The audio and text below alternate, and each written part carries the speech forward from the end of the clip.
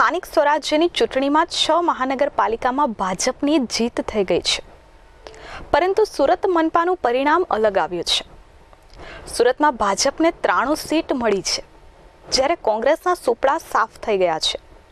ત્યારે આપ પાર્ટીએ 27 સીટ સાથે ધમાકેદાર એન્ટ્રી કરી છે।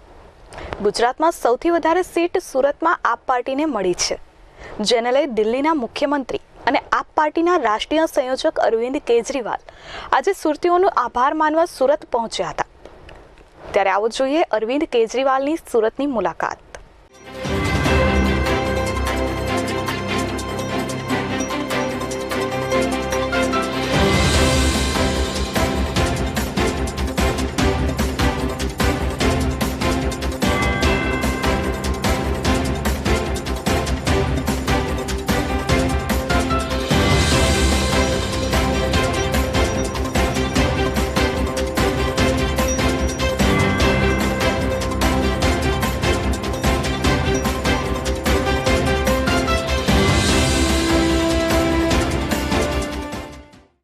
સુરત મહાનગરપાલિકાની ચૂંટણીમાં 27 સીટ પર ભવ્ય વિજય મેળવ્યા બાદ લોકોનો આભાર વ્યક્ત કરવા માટે દિલ્હીના મુખ્યમંત્રી અરવિંદ કેજરીવાલ સુરત એરપોર્ટ પર સવારે 8:15 કલાકે પહોંચ્યા હતા।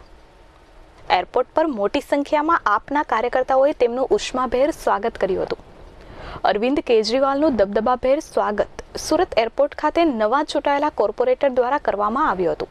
हम 27 हैं, वो 93 हैं, लेकिन नंबर से कोई फर्क नहीं पड़ता।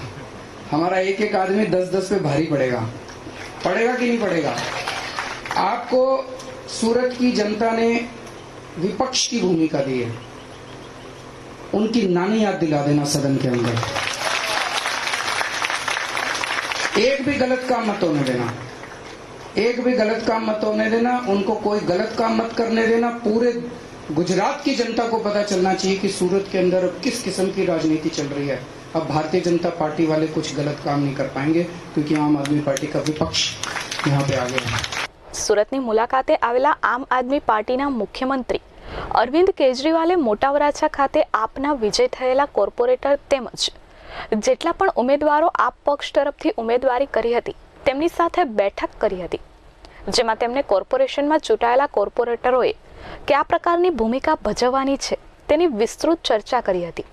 અરવિંદ કેજરીવાલે ચૂંટાયેલા કોર્પોરેટરને સૂચન કર્યું હતું કે કોર્પોરેશનમાં સત્તા પર બેઠેલા ભાજપના નેતાઓને તેમની નાની યાદ આવી જાય એ પ્રકારનો પ્રયાસ કરજો। સત્તાધીશો એક પણ રૂપિયાનો ભ્રષ્ટાચાર ન કરે તેની ખાસ તકેદારી રાખજો। પ્રજાના પ્રશ્નોને જબરદસ્ત રીતે કોર્પોરેશનમાં ઉઠાવજો। લોકોને પ્રાથમિક સુવિધા મળે તેના માટે 24 કલાક કાર્યરત રહેવાનું સૂચન કર્યું। जनता आपके पास काम लेके आती है, आप कोशिश करते हो, नहीं हो पाता, जनता माफ कर देती है। लेकिन जनता अगर आपके पास आती हो और आप उसके साथ दुर्व्यवहार करते हो, वो जनता कभी बर्दाश्त नहीं करती।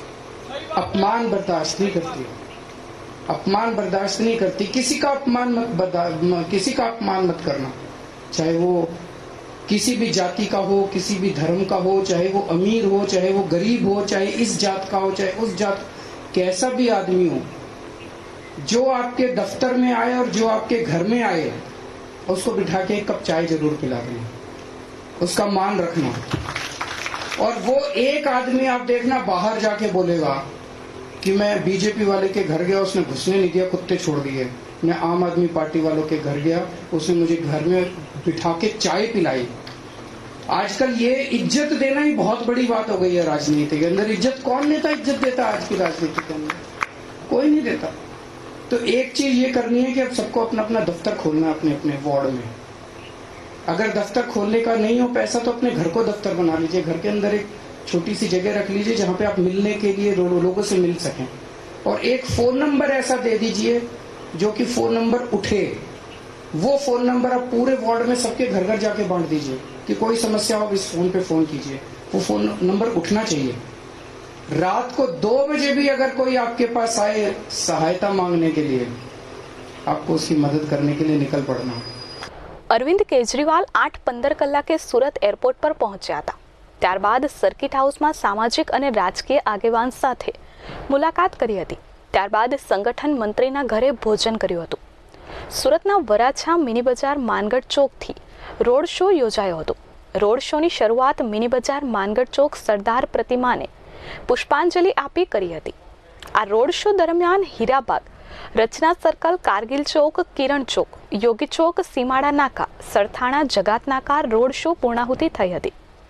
રોડ શોમાં મોટી સંખ્યામાં જનમેદની ઉમટી પડી હતી અને વોટ ફોર કેજરીવાલના નારા લાગ્યા હતા.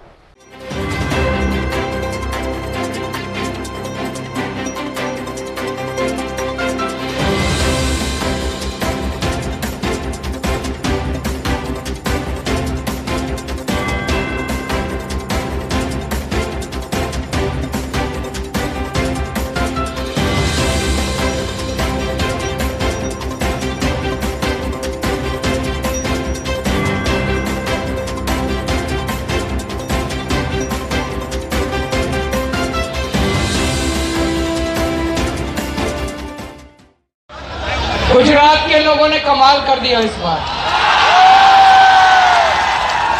और खासकर सूरत के लोगों ने और ज्यादा बड़ा कमाल कर दिया.